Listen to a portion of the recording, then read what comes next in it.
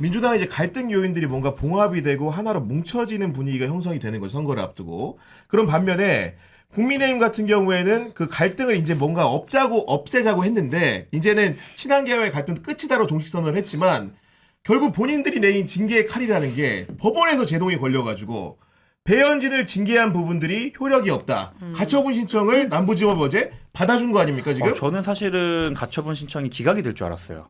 왜냐하면 내용 자체가 아동복지법 위반, 아동학대에 관련된 부분이기 때문에 그랬는데 그 결정문에 대한 보도를 보고 좀 이해가 갔던 게 절차적 하자가 정말 심했더라고요. 그 윤리 소집을 서면으로 당연히 보내야 되잖아요. 뭐 재판 오라고 경찰서한테 받으셨잖아요. 그때. 네. 그럴 때도 뭐 어떻게 오는지 이런 거를 다 통지. 잊고 있었는데 지금. 아니죠. 열사가 되셨는데 통지를 받는데 그거를 이번엔 텔레그램으로 보냈대요.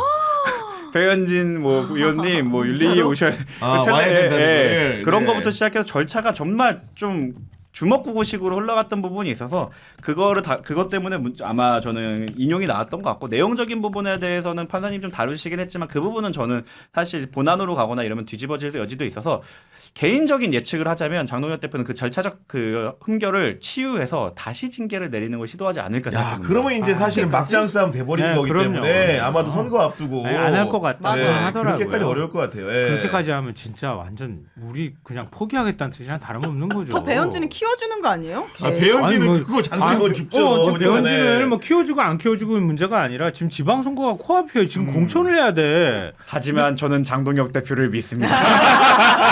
한번 근데 너무 좀 이게 부끄러운 일이에요. 왜냐하면 당에서 당 윤리위에서 징계를 했잖아요. 옛날 이준석 대표 때도 마찬가지지만 그걸 법원으로 끌고 가. 그러니까. 맞아요. 그걸 법원에서 판단을 해줘야 돼. 그러니까 국민의힘은 스스로 이런 판단을 못하는 조직이란 뜻이에요. 바꿔 말하면. 그리고 판사가 이렇게 판단을 했더라고요. 충실한 심의를 거치지 않고 균형을 벗어난 징계 양정을 해서 재량권을 일탈 남용한 중대한 하자가 있다. 이렇게 했는데요. 여기서 이 굉장히 핵심적인 내용은 균형을 벗어났다고 하는 점이에요. 이건 말도 안 되는 징계했네? 이런 뜻이란 말이에요. 이건. 진짜 국민의힘은 이거 반성해야 돼요. 근데 지금 국회의원들도 지난번 한동훈 전 대표 대구 갈 때 같이 동행한 사람 7명 또 징계하겠다고 전직이 한 명이 있어서 7명 징계하겠다고 얘기하잖아요. 이런 방식으로 계속 징계 국면을 끌고 가는 게 국민의힘한테 또 국민의힘을 지지하거나 국민들 보기에 이게 무슨 도움이 되겠습니까? 아니 말도 안 근데 되는. 제가 이거 사실은 그 두 분 같은 경우에 배현진 결정문 안 읽어보셨죠? 저는 대충은 읽어봤어요. 읽어봤습니다. 저도 이제 직접 구해서 제가 읽어봤는데 이 판사님이 제가 보기에 작정했습니다. 그 말 그대로 효력 정지를 네. 해주기로. 네. 왜냐면은 아까 말한 것처럼 원래는 대법원 판례상 정당 활동의 자유가 보장이 맞아요. 되기 때문에 실제로 이제 징계를 내린 거에 대해서 법원이 번복하는 경우는 특히나 이런 식으로 번복하는 경우는 많이 없죠. 지극히 드뭅니다. 드문 케이스인데 판사 그러니까 그것만 가지고는 논리 절차적 하자만 가지고 그치. 부족하니까 사실관계에 대한 판단도 좀 해라는데 거의 맞아요. 재밌습니다. 어떤 거냐면은 우리가 이제 이정주 기자가 대표적인 분이죠. 그분 같은 경우에는 예를 들면은 그 페이스북에 올린 남의 사진을 어떻게 보면 아동의 사진을 배현진이 게시한 행위 자체가 인권 침해적인 요인이 있기 때문에 그 쉽게 장동영한테 찍힌 것과 인권 침해에는 분리해서 봐야 되고 네, 맞습니다. 그렇기 때문에 배현진은 징계 받을 만하다고 말을 하는데 네. 이 판사의 생각은 다릅니다. 맞아요. 어떤 거냐면은 어떻게 얘기했냐면은 이 아동의 사진이라는 게 댓글 작성자의 프로필에 있다는 거예요. 그러면 그 사람은 이미 그 사진을 올림으로 해서 불특정 다수에게 아동의 얼굴을 공개한 상태였기 때문에 배현진이 그거를 가져와서 게시한다고 해서 동의 없이 공개해서 아동을 인권 침해했다라고 하는 것은 잘못된 판단이라는 논거를 써놨어. 그러니까 이정주를 정확하게 비판한 겁니다. 이게 지금. 그 의외로 본안까지 들어가갖고 거기를 다루셨어요. 원래는 가처분 같은 경우는 절차만 네. 다루는데,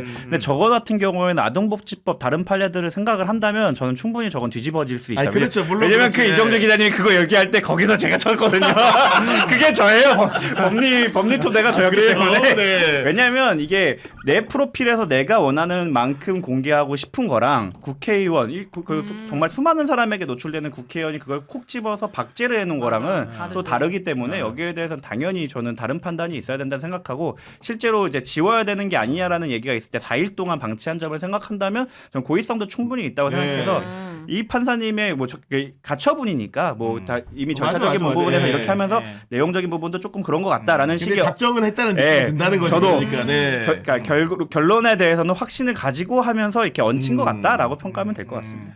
뭐 김종혁 전 최고 같은 경우에는 이달 뭐 이제 중하순쯤에 아마도 가처분 결과가 나온다고 하던데 저는 오히려 거꾸로 지금이 한동훈 신당을 만들 수 있는 굉장히 절호의 찬스인데 친한계가 외면하고 있는 게 아닌가 생각이 드는 게 보세요 지금 조금만 잘못하면 바로 제명을 좀 해주거든요. 네. 네. 예를 들면은 조금 잘못 더 할까?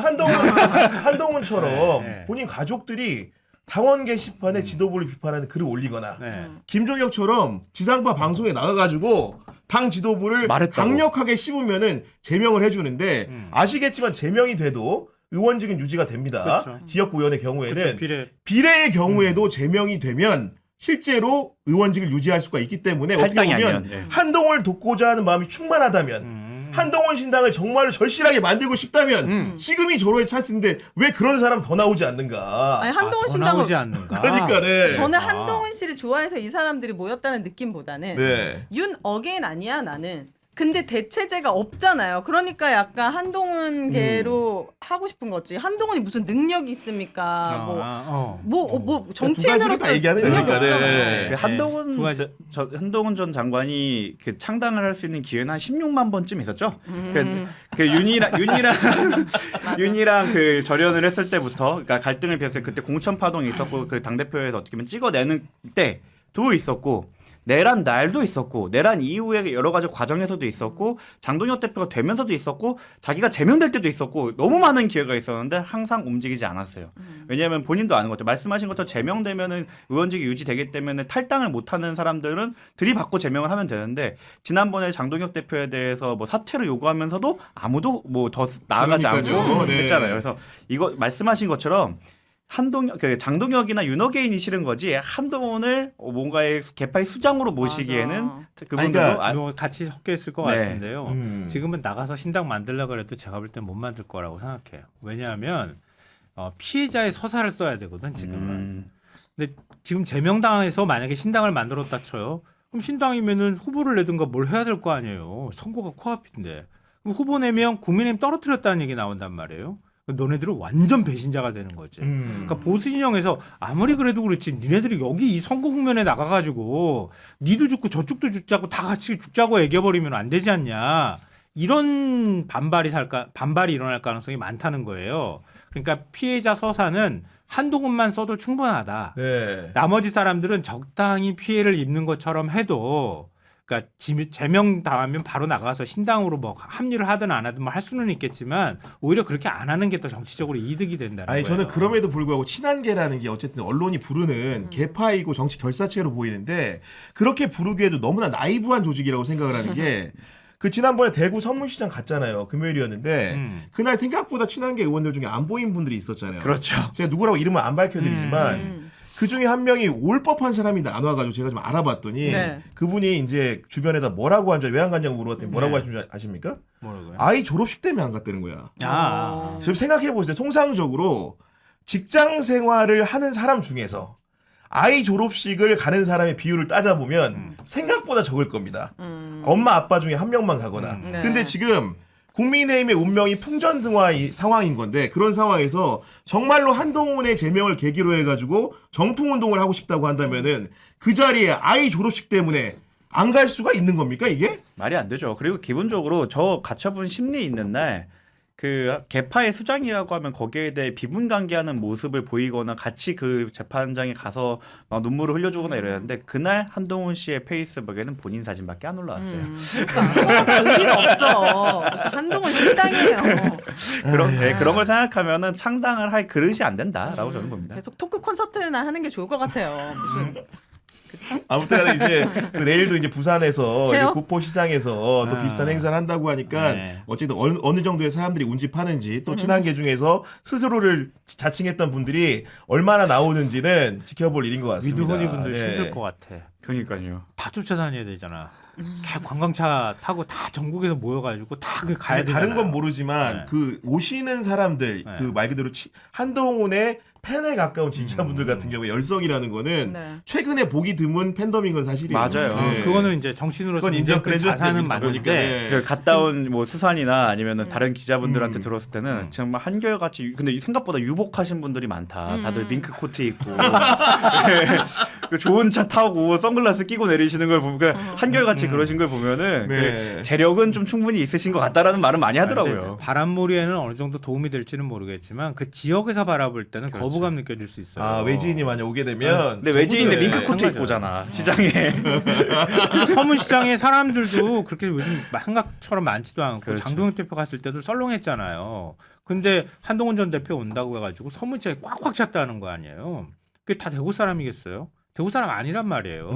그러니까 그 대구 사람들이 바라볼 때는 뭐 하는 거야? 이런 반발 여론도 생길 수 있고 부산 가가지고도 만약에 그렇게 하면 우리는 이렇게 왔어요. 이렇게 다른 사람한테 전국적으로 홍보는 할 수 있겠지만 부산 시민들이 네. 볼 때는 저 뭐 하는 짓이고 막 이렇게 될 수도 있다고 조심해야 돼요. 그리고 이제 한동훈 전 대표가 최근에 이제 한 말 중에서 우리 김경수 경남지사 후보에 대해서 이제 한 말이 있었는데 다시 이제 후보로 단수 공천을 받자 뭐라고 얘기했냐면은 2024년 8월에 윤석열이 민주당을 분열시키려는 승부사적 전략이라는 이해할 수 없는 이유. 이게 재밌습니다.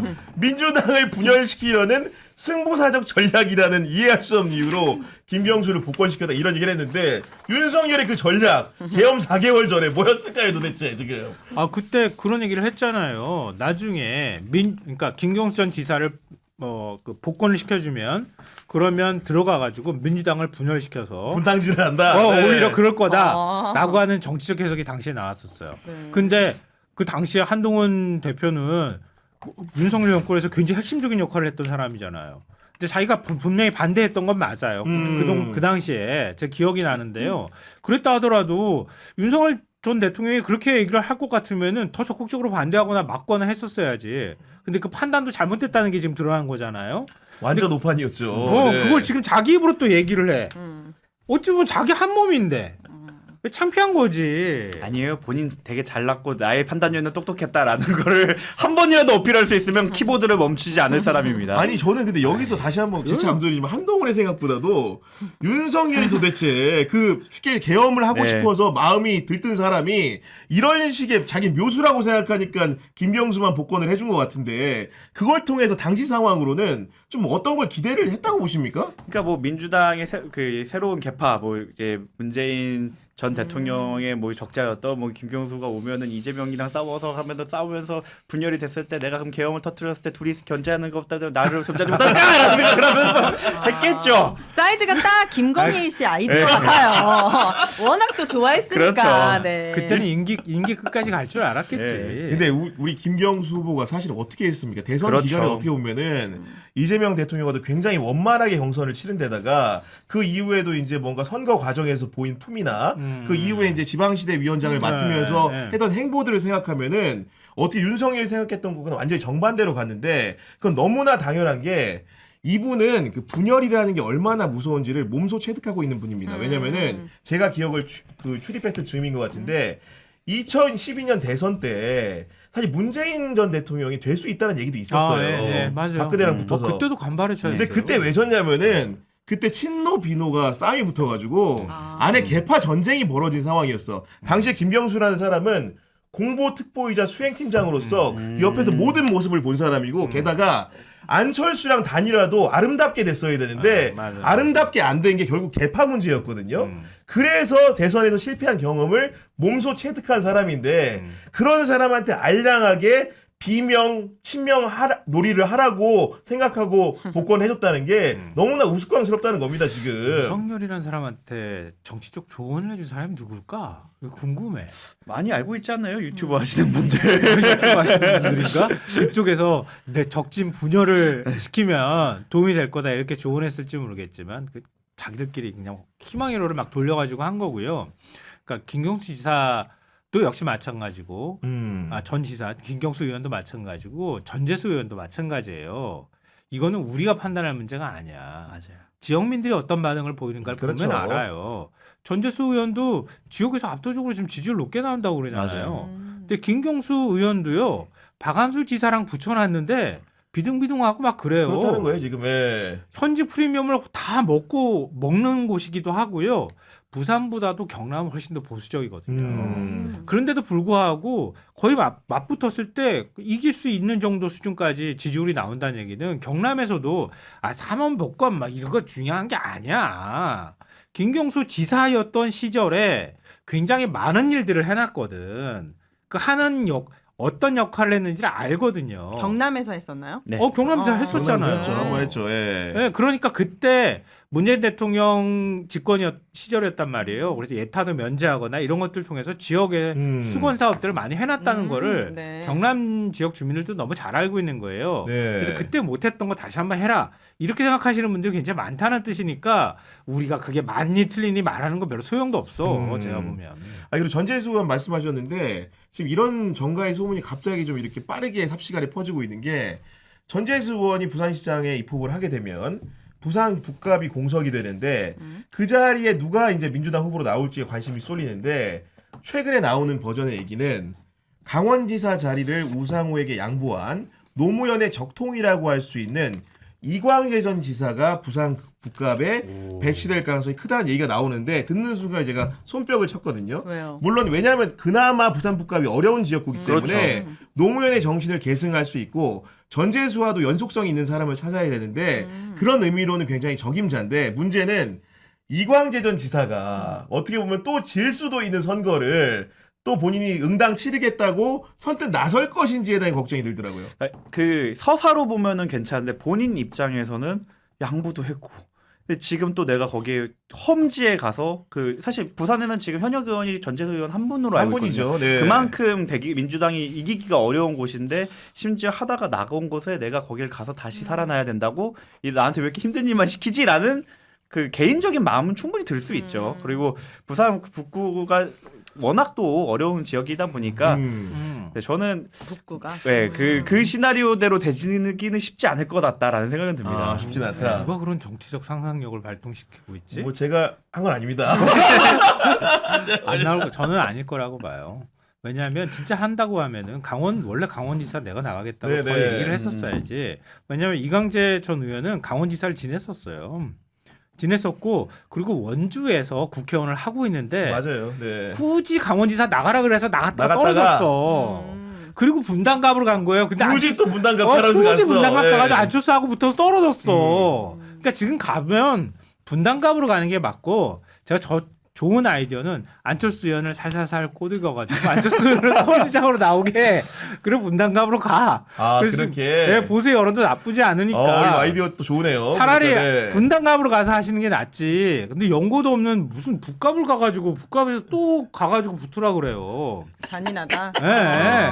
그거보다는 제가 생각하는데 조국 대표가 나가시는 게 제일 그림이 좋지 않나? 부산. 부산 그러니까. 출신이잖아요. 부산 출신이고 거기에 한동훈 전 대표 나오면은 판도 커지고 조국 혁신당에 대한 관심도 더 많아지고. 좋은 아이디어인 것 같아요. 네, 조국 혁신당 출마자들도 많거든요. 네. 그러면 조국 대표가 좀 큰 판에서 큰 싸움을 한번 하는 모습을 보면 그래도 조국 혁신당에 대해서 관심도 높아지고 네. 그러지 않아도 합당 국면 그 깨지는 바람에 존재감이 떨어진다는 얘기도 듣는데 부산 그게 전 더 좋은 그림 같은데 저도 정치적 상상력을 저도 발동하면 계속 주장을 하고 다니는 게 이제 조국 대표와 한동훈 전 대표가 부산에서 붙는다고 하면 정말로 이번 지선에서 가장 큰 이슈가 될 그렇네. 거고 둘 다 사실은 뭐 선거를 통해서 이겨본 적이 없는 사람들이잖아요. 그래서 한 번쯤은 붙어봐라. 도전해 붙어봐라. 네. 그리고 이기는 사람만 정치에 남고 그렇지. 한 분은 변호사로 가라. 항상 한번 돌아가시라 하로 하고. 가되네. 근데 문제는 뭐냐면 국민의힘은 가만히 있지 않을 거예요.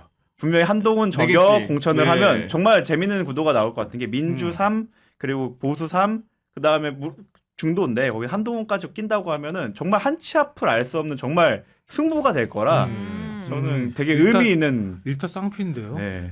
만약에 거기 북갑으로 갔는데 한동훈 전 대표 거기서 똑 떨어져. 떨어지면 그럼 그냥 유튜버 되는 거죠 더.